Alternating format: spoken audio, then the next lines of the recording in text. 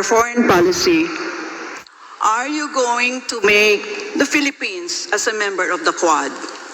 Why and why not? Our foreign policy is the extension of our domestic policy. And in our foreign policy, we have three pillars. First, OFW's welfare, protektahan natin. Nandiyan naman po yung Department of Migrant Workers. And then yung ipinasa nating batas na OFW Handbook. Second, yung independent foreign policy.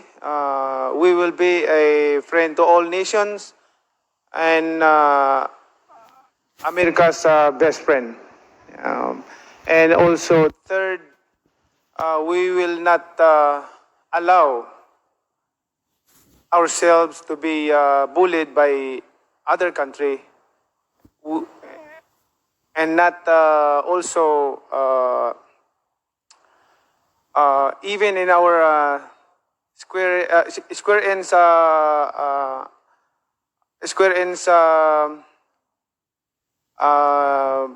land will be giving up to them, and we will fight because we are Filipino.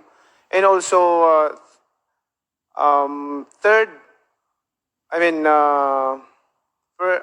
that's third. That's enough po. Senator Marcos?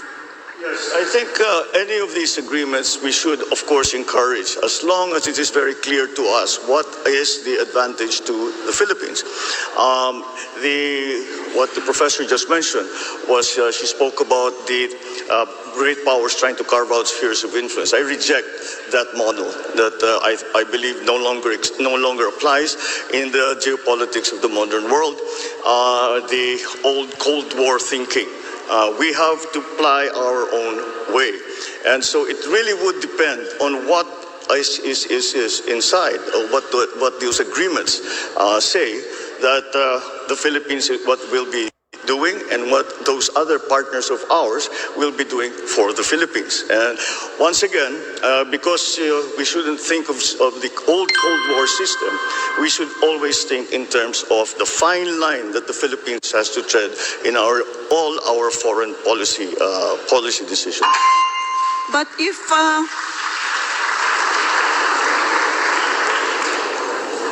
Mr. Marcos, if you reject the concept of spheres of influence, does that mean you're going to scuttle the Mutual Defense Treaty when you become President of the Republic? By no means.